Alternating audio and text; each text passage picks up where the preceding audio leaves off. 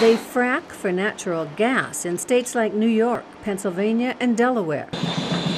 They frack for oil in North Dakota in the growing Bakken oil fields. And they frack for water in northeastern Minnesota. The water has never been real good here.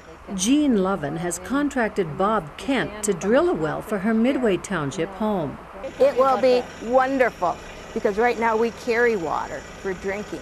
In northeastern Minnesota, water can be difficult to access because of the solid granite not far below ground.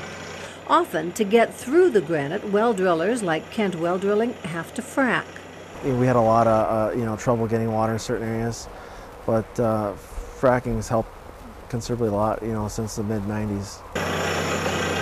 What we do is we put a high-pressure packer down in the well that seals the surface off so the pressure can't come up, and we just force potable water, high chlorinated water down into the fractures of the rock. While the basic fracking process is the same for gas, oil, or water, those involved say water well fracking is much less environmentally damaging.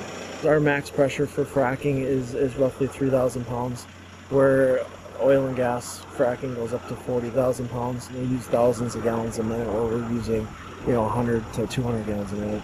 And they're also injecting sands and different chemicals to help the flow of oil and gas, where we're just using natural high chlorinated water.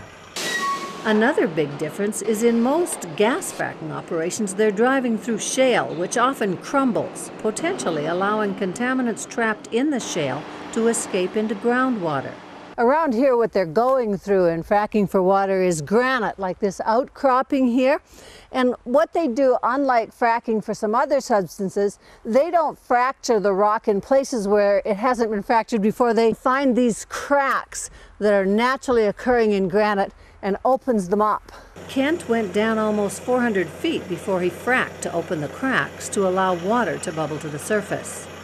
Good water, and lots of it. In Midway Township, Barbara Reyelts, the Northlands News Center.